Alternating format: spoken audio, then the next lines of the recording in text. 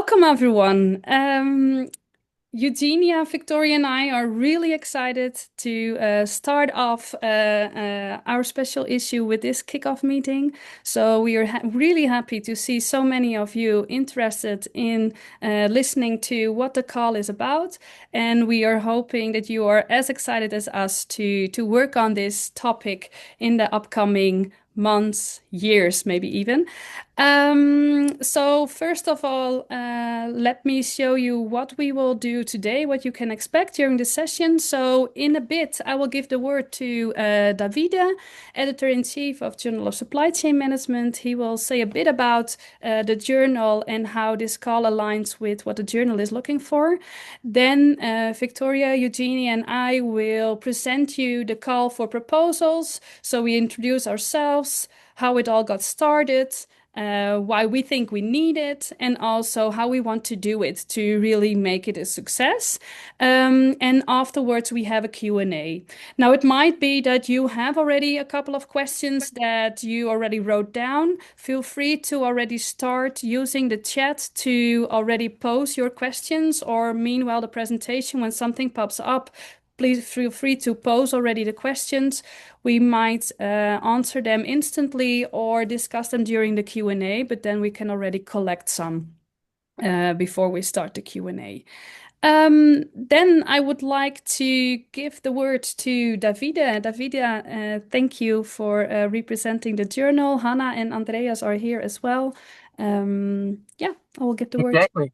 Thank you. Thank you. We already discussed this slide, so I don't have to talk about this. The three editors, co-editors in chiefs are here connected. We'll stay in the background. So if you have any questions, maybe we can answer later. But these are the three current editors. Andreas was there since before us, and then Anna and me, we started a long time ago, it feels like. You can go on. Thank you. And yeah, I just wanted to talk about the journal a little bit and then what are our expectations, right?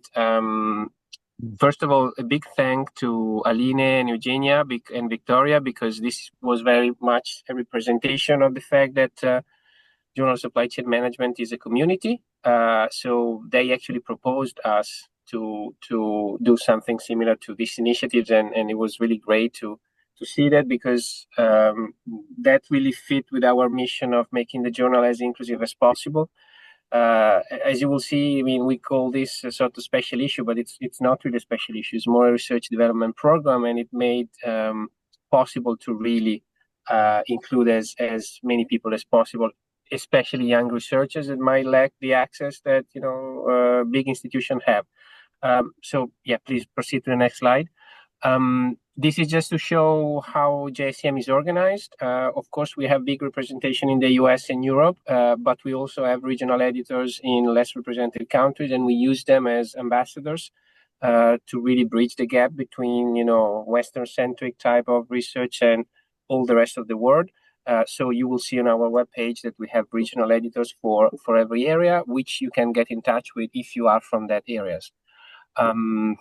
Then a couple of things I wanted to say about the journal. I think you know that what we look for is a theoretical contribution.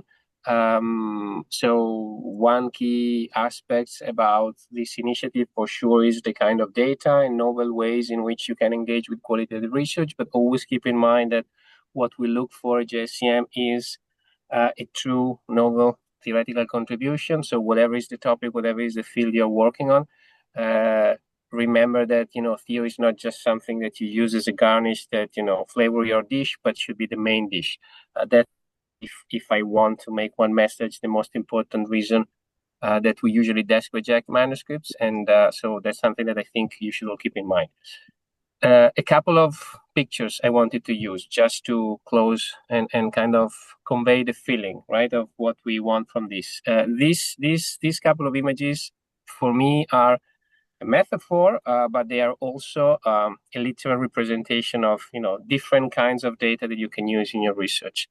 The School of Athens just represents, in this instance, an entire field in one room. So people that talk to each other, people coming from different schools of thoughts that are in dialogue among each other.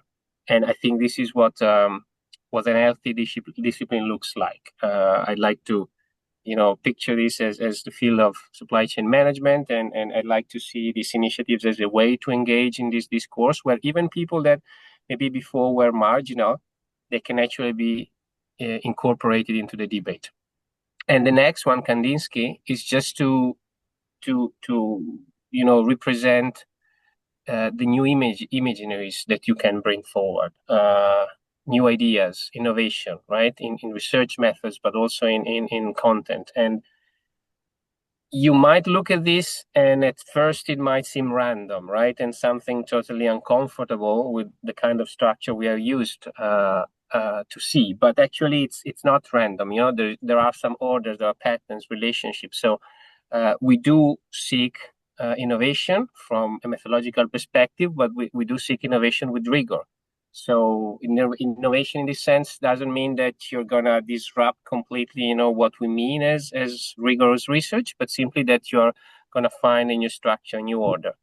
And we do welcome, of course, manuscripts at JSCM that are more mainstream in terms of qualitative research, like case studies and ethnographies, etc. Right? But we also would like to use this as a platform, this initiative as a platform to disrupt a little bit these kind of structures and potentially establish new structures, new institutions. I hope that will be just the starting point of a longer term program. And I do thank you again, these three excellent guest editors, for proposing it. And with that, I leave the word to you. Well, you want to say something about the reading list? It's just I think a recommendation, right? If people are listening, please do have a look at the call for papers. They have plenty of references there, and these are some of the most recent publications from JSCM that you might have a look at if you're interested in qualitative research. But again, the call for papers says it all. Well, thank you, Davide and Aline, for starting this. A warm welcome also from my side. I'm sharing the slides here, so I cannot see anything except the slides. So it might seem awkward at some point. So introducing the guest editors, I'll start with introducing myself. I'm Eugenia Rosca. I'm an associate professor here at the University of Groningen, Department of Operations. I am primarily a qualitative case study researcher, so I've done a lot of multiple case study research design, primarily again. So I think a lot of the criticism that we also address in the call for research or current supply chain management research, I think also applies to the stuff that I did. So guilty as charged. In terms of topic, I work broadly on social responsibility topics in supply chains. One angle I look at is social enterprises and how they manage their supply chains, but also more, or let's say, non-traditional type of stakeholders, such as brokers, intermediaries, who are often invisible in the supply chain, and what role can they potentially play in driving sustainable supply chains. Aline? Yes, so my name is Aline Seepma, and I'm an assistant professor also at the University of Groningen. I'm a qualitative researcher and have done mostly, as what Eugenia also said, like case studies and especially multiple case studies. Which is nice, but also it got me curious about what is more out there, and specifically because I'm studying supply chain management in the public domain and looking into topics as justice, equity. I was thinking like there must be more, but I would not entirely right away know how to apply that. So that's also where I got my interest in to learn more about other types of qualitative methods, and part of why I'm really excited to start this initiative. Yes, so my research focuses on supply chain management in the public domain, and yes, I'm really excited to work as guest editors on this special issue and developmental initiative. On to Victoria. Thanks, Alina. Hi everyone, I'm Victoria Stevens. I'm a lecturer based in the Department of Materials at University of Manchester. And similarly, unsurprisingly, I'm also a purely fundamentally qualitative researcher. My particular interests have really started in the methodological space, really, for how we come to, construct knowledge specifically about sustainability in supply chains and what counts as legitimate knowledge in that space, and how we might use methods innovatively to create new knowledge in that space. And some of the stuff I've done before has centered on metaphor. I have humanities in my far distant past, so that sort of explains some of that for me. So yeah, like the others, I'm very excited to be able to work together on this new developmental initiative. I guess leads on quite nicely to the next slide, Eugenia, which is an opportunity for us. We wanted to give you a sense of sort of how this started, how we really, came up with this idea and then started these discussions. And as most things are, it happened quite organically as we were together in Groningen, actually talking about our research, presenting our research, and coming together around a bit of a shared sense of change in the field more broadly, but for ourselves personally, as supply chain scholars and researchers, particularly change around this idea of what we were studying as supply chain scholars, and also why we were motivated to study these phenomena within supply chains. So for us personally, as researchers, Eugenia and Alina have both mentioned their respective research topics, thinking about things that maybe sit a little bit outside the mainstream. I think Eugenia described it as non-traditional actors, particularly Eugenia did some work on farmers in poverty, in agri-food business supply chains, Alina looking at supply chain management, how that can deliver public justice. And I was looking at the time around garment workers and justice for female workers within garment supply chains. And so we were reflecting on these experiences of these research, of our researchers, and thinking a bit of a sense of attention on, like I said, this why and the what of our research, but also combined with the how. And this is something we're also seeing in the wider literature and in the wider community and wider discussions. So, on the one hand, in terms of the discussions moving on of how there's a shift in the landscape in terms of the what we should be studying in terms of supply chain management phenomena, we frame this as people, processes, and systems, starting to quite fundamentally shake up the foundations of some of the supply chain management tradition by thinking about putting people at the core, at the center. And this obviously raises questions about voice, power, how do we come to know lived experience, emotions, feelings, the humanity of people that construct supply chains, but also processes, thinking about that temporal element, that change over time, the unfolding, the becoming. These constitute phenomena and ways of thinking that push us to the boundaries of perhaps what some of our traditional methods are helping us and allowing us to most effectively do. And similarly with systems, thinking about that complexity, adaptivity, relationality, interconnectedness, and nested natures of systems, which creates new challenges for how we can come to know supply chains through these lenses, or know these phenomena as supply chain phenomena. And that's accompanied, of course, by a shift within the discussions of what supply chain management research is for. And there's been a lot of interesting bubbling discussions around, thinking about business not as usual. So encouraging us as supply chain management scholars, not just to optimize within the status quo, but perhaps to challenge the status quo, whether it should exist in its current form at all.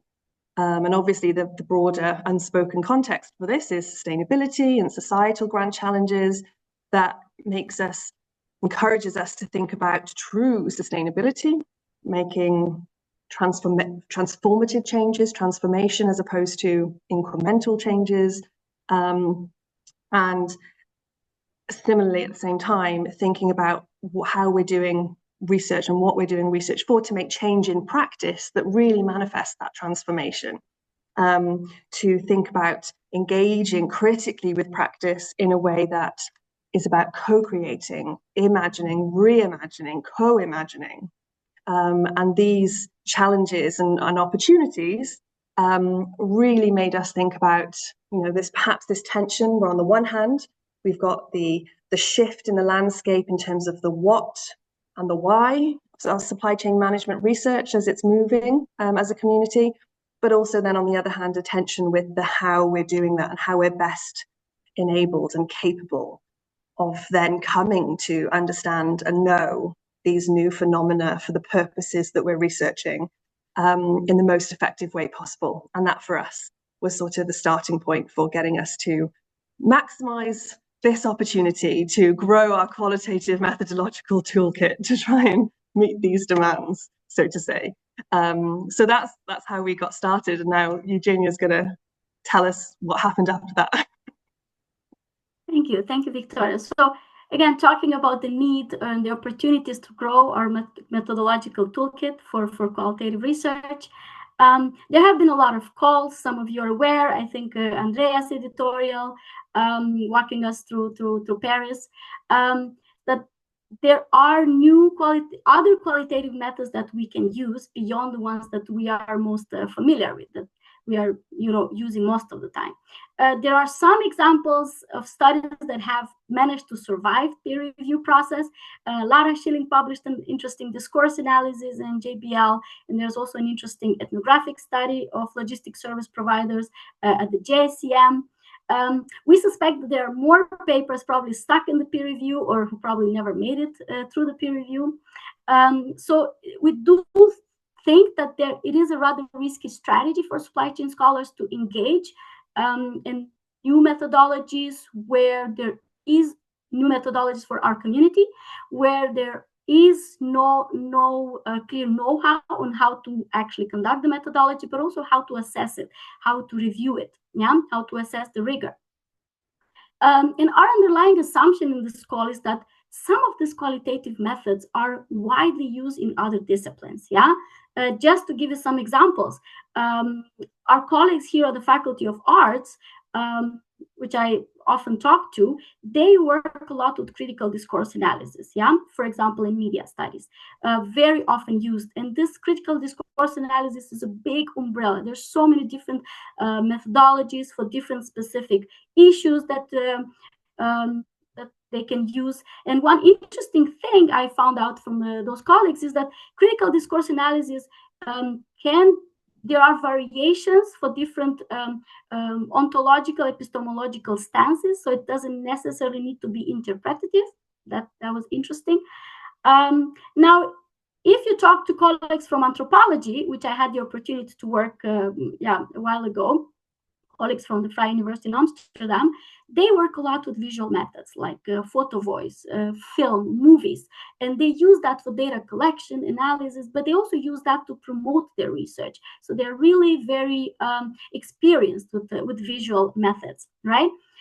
So I think these are just inspirations, different fields using different qualitative methodologies predominantly. And our underlying assumption here, again, is that since those methodologies are so commonly used in those disciplines, they already have the expertise on how to use the method and how to also evaluate it. So we would like in this call to really leverage some of that methodological expertise from different disciplines. So that is one of the fundamental principles of this development initiative.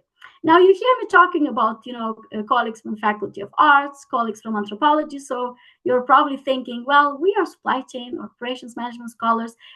Should we all become anthropologists, linguists, and whatever? And no, that's not what we were trying to convey here. We are trying to argue that supply chain management can benefit as a discipline from new qualitative methodologies. And there are many reasons for that. I will just expand on two reasons here. One is this issue of methods context fit. Sometimes we look at contexts where maybe the methods that we have may not be the most adequate.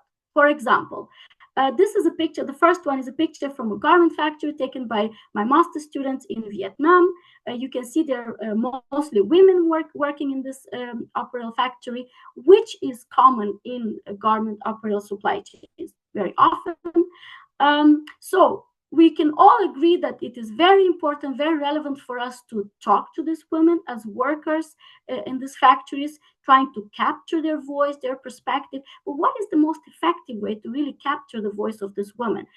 Is our traditional way of using interviews and maybe focus groups an effective way of capturing this women's voice, or maybe more visual, more narrative methods like photo voice or observations? Could those maybe be more appropriate, both for them to express themselves, but also for us as researchers to really understand their perspective? So there's a two-way street here. Now, a second reason is uncovering new angles to old problems, problems that we have also been studying with the current instruments that we have. And I have here two examples of management studies from the management journals. However, I do think they really speak to supply chain OM scholars. So the first one is Preuss et al. Published in JIPS. It's an interpretative, sense-making empirical study looking at sustainability in multi-tier supply chains. So what do the authors do? Instead of starting with a given definition of sustainability, which we set at the beginning of the study, they actually go and ask actors and stakeholders at the different tier of the supply chain, how do they make sense of sustainability? How do they make sense of sustainability challenges? What does it mean for them? And what are the right interventions and right solutions to actually address the problem that the way they understand it? And their findings, I find them really, really eye-opening. Because they really show that there is really a big discrepancy between the perspectives or the interpretation of what is a sustainability challenge at the headquarters, which tends to be more universalist values like global peace, let's make this world a better place, and so on, versus when you go at the local level, really upstream, where it's really more about instrumental values, even egoistical. They actually call it egoistical values. So it's really about survival, right? So I think that is really an interesting insight. There's another one, Rostein and Housing in AMJ, which conducts an ethnography of machine operators on the shop floor. So quite interesting. I think that as supply chain OEM scholar, our first approach to study machine operators and workers would be, let's do some expert interviews, because why not? But these authors actually engaged for 8 months. They really spent time in the company. They were shadowing workers, trying to observe how these workers interact with the machines, and specifically the language, the rules, instructions that the machines are using, and how the operators actually learn this language. And specifically in the case of breakdowns and bottlenecks, how do they actually take over and solve problems? So that is, again, very, very interesting study, providing new insights. Aline? For us, it's no argument anymore why we need new methods, but how do we as a community prepare to really do so? So in order to do so, what we see is that we need to develop expertise. So not only the authors themselves doing the study have to have enough methodology expertise on how to do it, but also reviewers and editors and the broader community need to embrace it and also appreciate those types of those new ways of thinking. To really be able to do so, there is a requirement to create capacity building effort for supply chain management scholars. And there is a community building one. So we feel that only mentioning that we need new methods and supporting that there is enough reason to do so will not yet maybe move our community enough to really get that going. So we need to have like a developmental approach here, and that's also what the purpose is of this initiative, to really provide you the support in building this capacity, but also building our community in really embracing new methods and apply them to our theories to really be able to advance our own theories. And we have to have a shared understanding of what good looks like here. So to answer one of the questions that already was there in the chat, and Davide, thanks for answering that already. What we consider in terms of submissions is empirical papers focusing on an SCM related puzzle. So we really want to advance supply chain management theory by applying methods new to supply chain management. So that's what we invite you to do.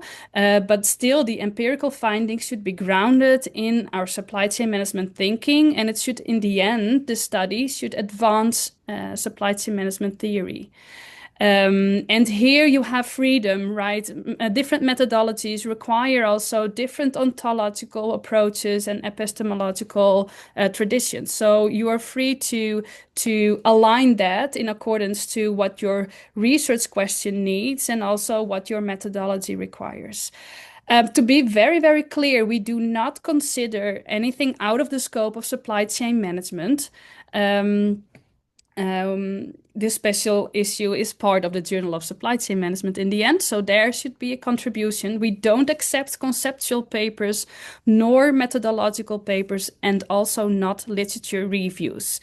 So we want you to advance supply chain management theory, and not per se have like a methodological contribution there. So you show with using the new methodologies what that can mean for our theory in supply chain management.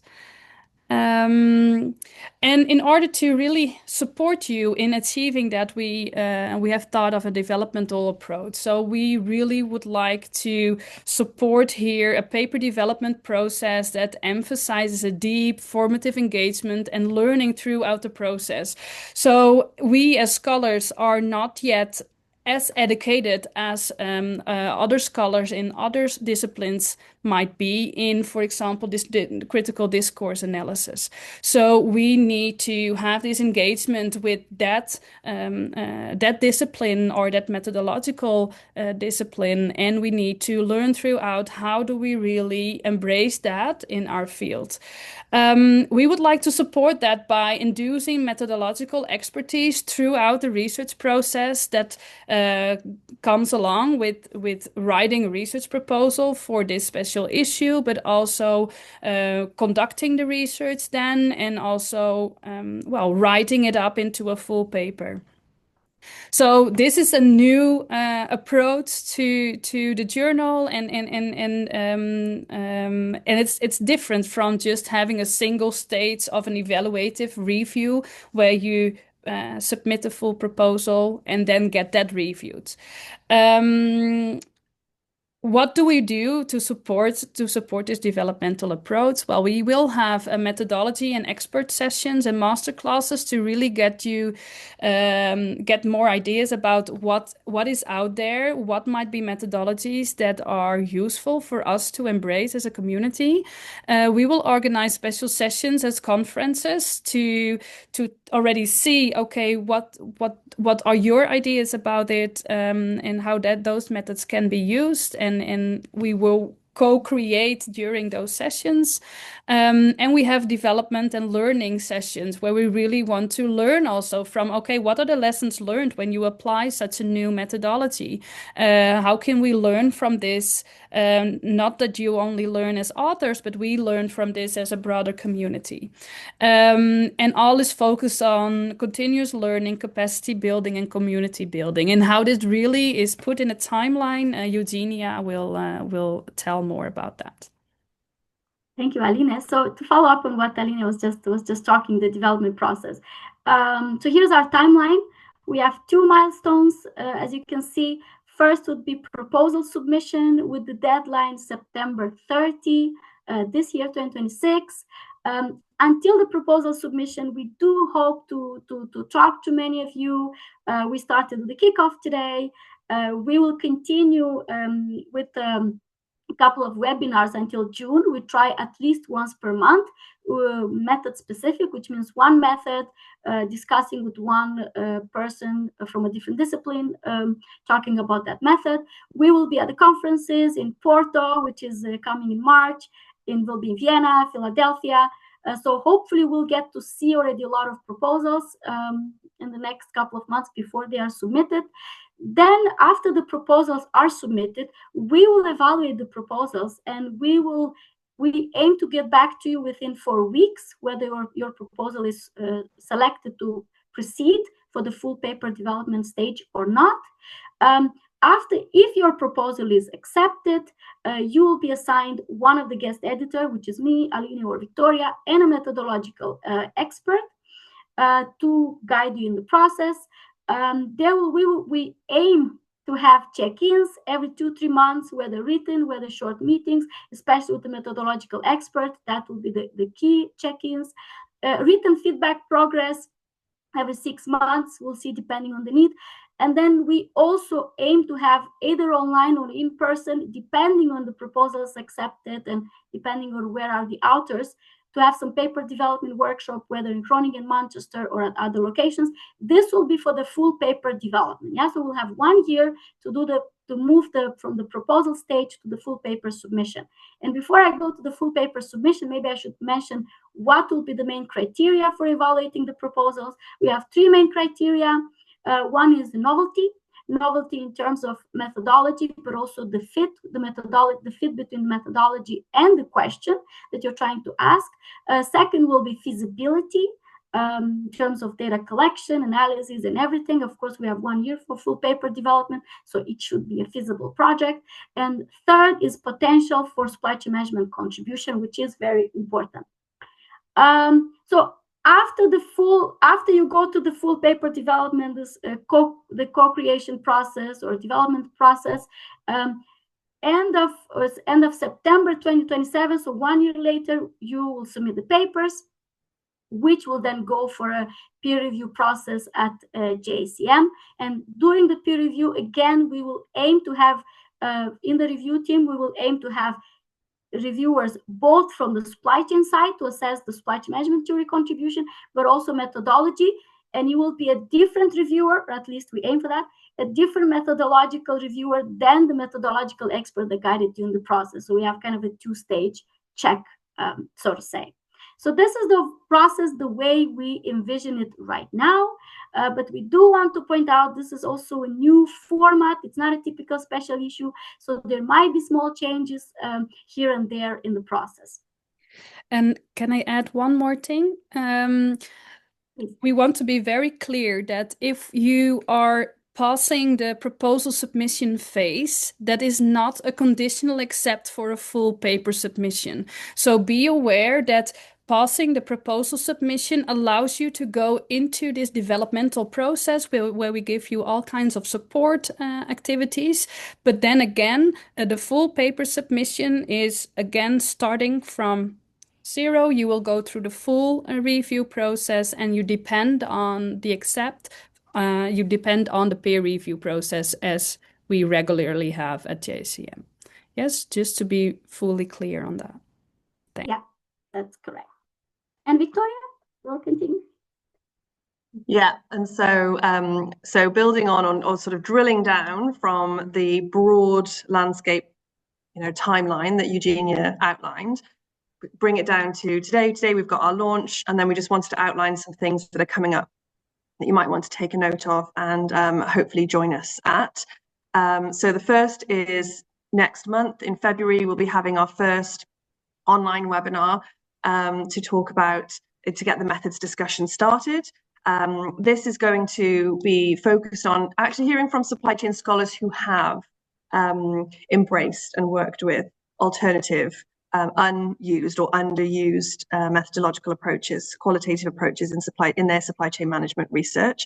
So we'll hear a little bit about the how and the why and the challenges for them. So please do keep an eye out for more announcements coming soon. That'll be towards the end of February. And then, of course, as Eugenia mentioned, we'll be in Porto for the Sustainability Forum. We'll be running a co-creation session And we're designing that around working specifically with proposals that are already in early stages of development that you might have in your mind, and starting to draft and write down. So that will be used then as a way of sort of shaping and guiding those discussions so that they can be as useful as possible for developing proposals further, starting to develop those proposals. So again, please keep an eye out for more information about how to best engage with us at that co-creation session.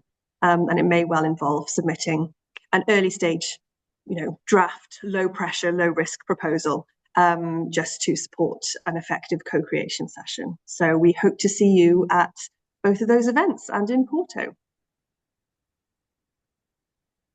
I think with this, I can stop sharing because we are opening the floor for Q&A.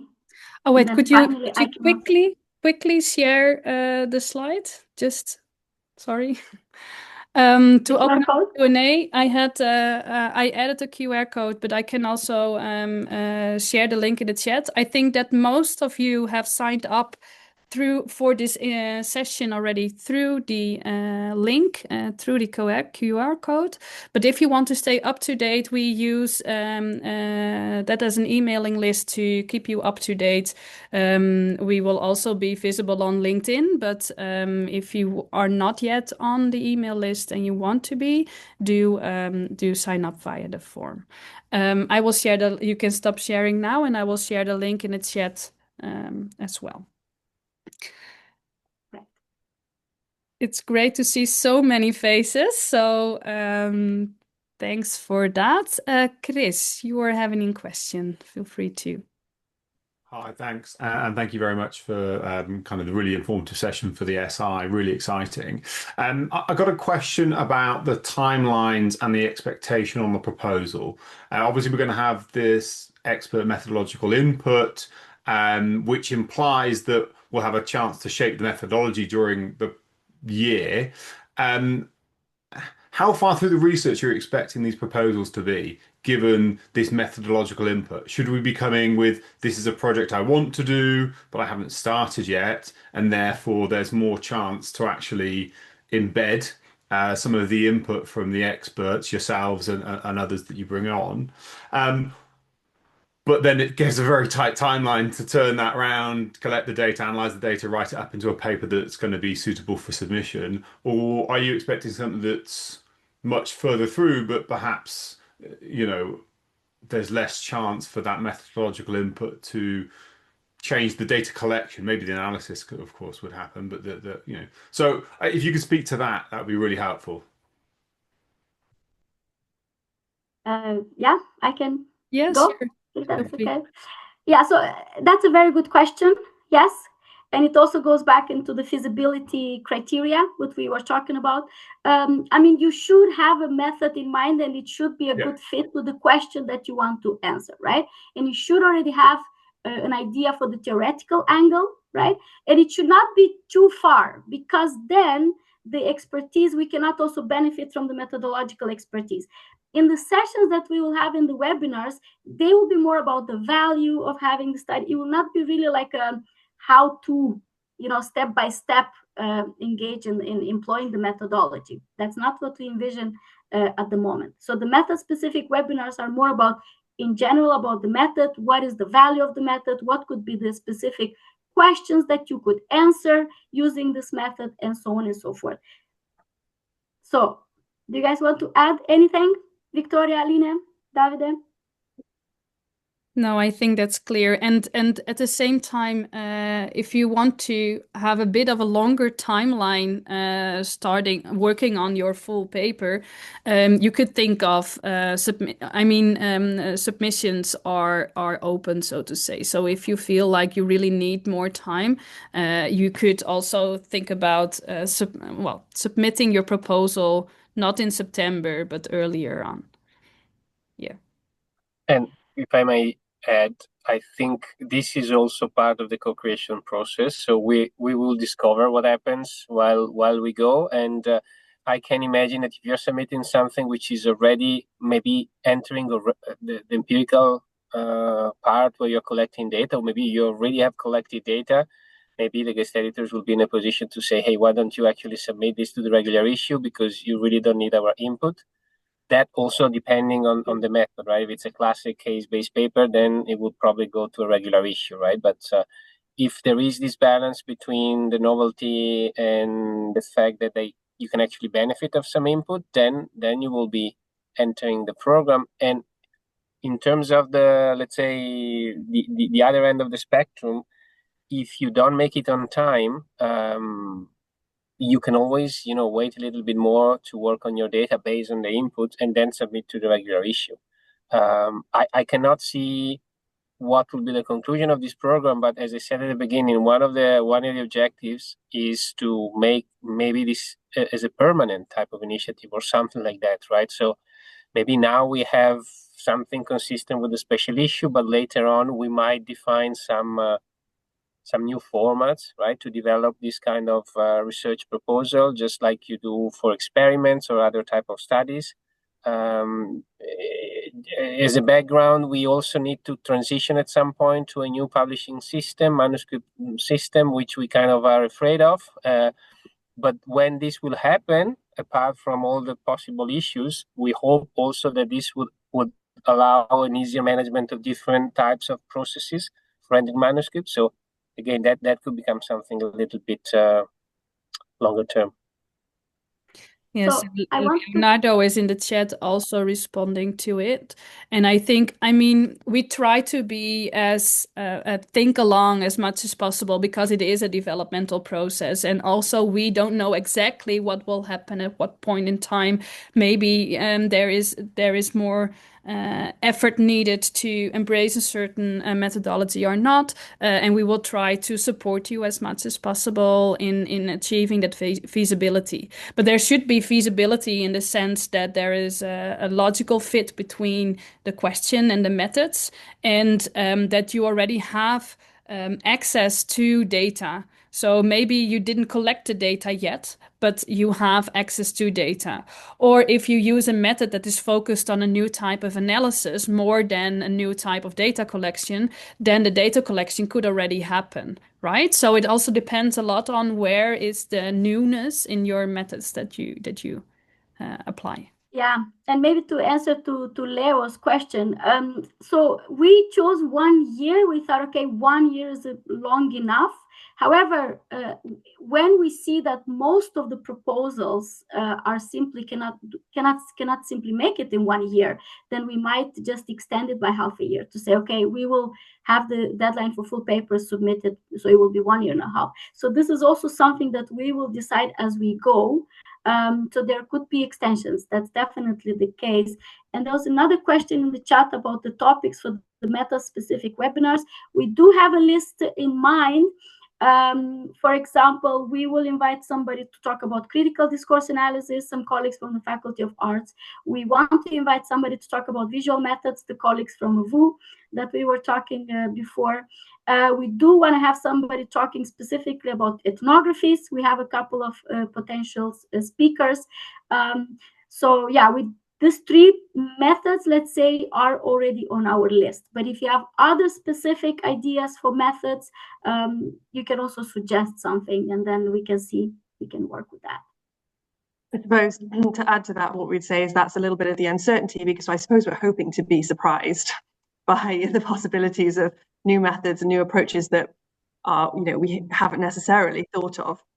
In which case, back to Chris's point, and to the question by Florian as well about speaking to us about before submission, I think it is going to be on a relatively, case by case. Some proposals may have that problem that Leo referred to in terms of the trade-off of time and challenges. Others might not. So the series of events and touch points that we are building into the program pre-proposal deadline is designed to hopefully make us as accessible as possible. So we can have those ongoing conversations to help steer in that regard before. There's another question on the template for proposal.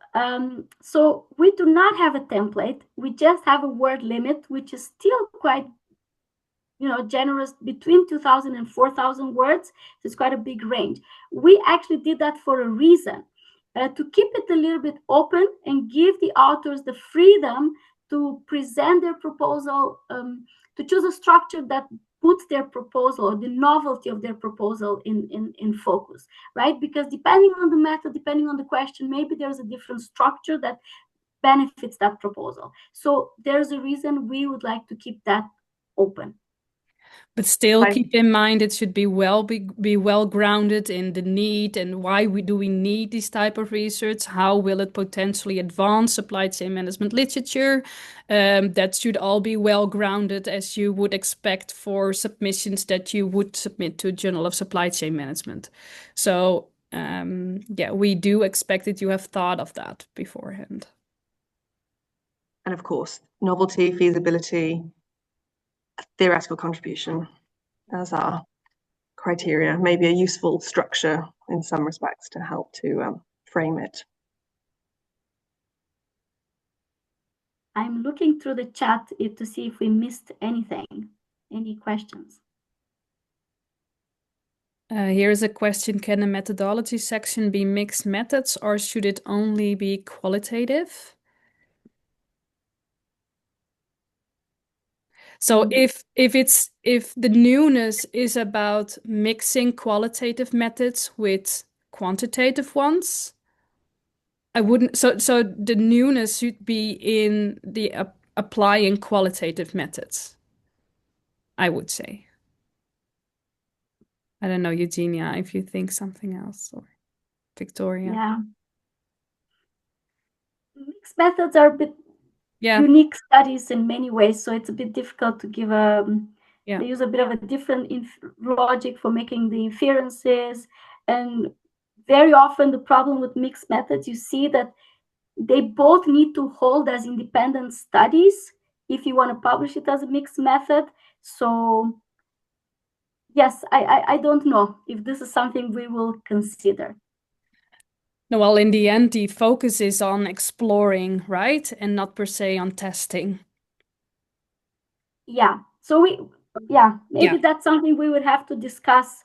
If you share a proposal, then we would need to have a look and see what is the logic, what are the methods that you want to combine, and so this would be something to discuss before actually submitting a proposal. That's what I would say. Yeah, I think the message to reiterate is about methodological diversity that we're hoping to develop, which means focusing on unused or underused approaches. So I think that's sort of the key point of consideration, which perhaps speaks to the latest question that's been put in. Do you consider using traditional qualitative methods such as Q methodology to address supply chain issues? I think my point that I'd reiterate here is about novelty in terms of the methodological approach. And for me, that's unused or underused approaches in the supply chain management field of research. So it's new ways into exploring supply chain management phenomena through or underused qualitative research methodologies. So that would be the emphasis, and that as a key criteria for proposal acceptance. I think that would be better rather than any necessarily what you might call traditional approaches. I think Nadia. Hello, everyone. Thank you so much for this session. I would like to know from David or maybe the Andrea that I participated in Paris paper development workshop, and we submitted a paper. Can we take that paper to here, or we need to enter with new paper, with new idea? And also you are mentioning that you are not considering the conceptual paper, but if I'm working on a conceptual paper that is going to be validated with the empirical data, so you are not considering it at all? Because for if we are talking about the new ways and ideas and contribution to theory, so it can start from a conceptual paper and then we can go for data collection and empirical data. But what is your view on this? Maybe I say something to Hi again. We just Hi. met in Paris. Of course, submissions are open, I would say, even if they went to the paper development workshops. I mean, this is just part of the academic process to participate. And when it comes to conceptual papers, I mean, Aline has said it, not for this call. This is, maybe you can clarify this afterwards, but JSM is in general, outside of this special issue, of course, open for for purely conceptual submissions if they drive empirical research, quant or qual. Okay, thank you. If it's what you if you mean by conceptual that you have like a conceptual framework or a theory in mind that you use as a basis for then start working on your empirical work in that same study, Mm-hmm. then yes, but it should be based on empirical data, not Yes, and purely conceptual. like there are two ways. One is to you build some kind of conceptual framework based on previous theories, and you're trying to build something new or to extend, but you need to validate it, and you can validate from the scientific community with experts from academia. And the other side is that you can go with the practitioners. So what I am working on is that first we need to build that framework that scientifically and theoretically it is good conceptually. So we are validating with the experts in academia in research, and later we are going to the practitioners. So we were considering it's two parts. So in this context, what would you say? I get what you're saying. I think most prominent here is the qualitative methodology you then use to in your study really new to. So what I hear you saying is like a Delphi study or something that we are already used to in our community, I would say, or there might be a different angle that you take. But I would say this would also suit for a general submission. Okay. Considering time, let's have a look. There were some more questions in the chat. Here the question was, will priority be given to multiple case study proposals, or does it not matter as long as the proposal meets the stated criteria? Well, I think you would have to do multiple case study in a really innovative way for it to be, to pass the novelty criteria. Because multiple case studies is pretty much what we have been doing a lot. So I don't think a typical multiple case study proposal will not really pass the novelty threshold. Talking about novelty, hello everyone, my name is Beta. I'm a development economist. My research is purely on natural resource extraction in the global south and social inequalities. So when you assess novelty for this special issue, is it stronger to propose a new supply chain management concept or to challenge core assumptions? Maybe such as firm-led centrality or legal supply chains. What is more important and critical for this issue? I think you it's want to the method side, right? I think so I mean the of course we like to have manuscripts providing a novel contribution in general. So if you have such manuscripts, you can also submit to the regular issue. Of course, they should engage with supply chain management literature, right? So to talk to our audience, so talk about firm networks or buyer-supplier relationships, so these kind of dynamics, these kind of topics. But for this specific special issue, we don't only look at the theoretical contribution per se, but also at the type of method that is used, right? So there are some qualitative methods that are underexploited in our field, like the ones that you find in the editorial I mentioned at the beginning, you will find in the slides, and the ones that Eugenia talked about, right? So we don't have a lot of ethnographic studies, we don't have a lot of discourse analysis or participant observation, etc., etc. So these kind of methods will be privileged over, let's say, mainstream qualitative research like case studies or so. Yeah, that is very fine by me. That is the method I use mostly for my research. Is more ethnographic and lived experiences. That is what I focus on mostly. But I just wanted to know if you anyway. But you've answered the question. Thank you. Thank you, Better. Thank you. Well, I'm also considering time. Okay, There let's see, is Florian. one question by Sarah. Whether there will be online options for PDWs in the pre-proposal phase. We can see based on demand. We Yeah. can see if during the conferences we cannot cover a lot of people, then I guess we could also in the summer organize, right? Yeah. Aline, Victoria, I guess we could do an online in the summer. Yeah, let's note that down and let's see how much people would be appreciate that, and then we will when there is enough people that would like to join that, then we will organize it. Okay. Yeah, I think there's still 2 questions I'm seeing here. Florian said, you mentioned that purely methodological papers are out of scope. What if there's a methodological development or extension that is applied to a novel or interesting supply chain problem? Again, could be. Based on this question, I think it's difficult to say. We would have to really see what exactly do you have in mind.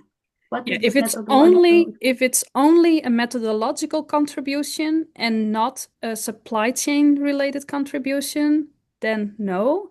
If it's a supply chain management related contribution that you can have with your study, and as an extra, you also have like a methodological advancement or contribution, I guess we still appreciate that as well. But the emphasis is on having a supply chain management contribution. So on itself, a methodological contribution, no. Yeah, exactly. And I think, Aman, do we have to use a complete set of theory methodological stack, and what kind of geographical spread do you expect for respondents? I don't think we have specific expectations about the geographical, range of respondents, or it can be many things. Okay. So I think for now all questions are answered, and we are exactly half past. So I would like to thank you all for all your questions, for your interest. If you're not submitting a proposal yourself, feel free to share it with your colleagues. Stay in touch, I would say. We will stay in touch with you. For sure with the ones that signed up through the form, and yeah, we will see you in the upcoming events. Looking forward to for all your ideas, because we are doing this together. Thank you.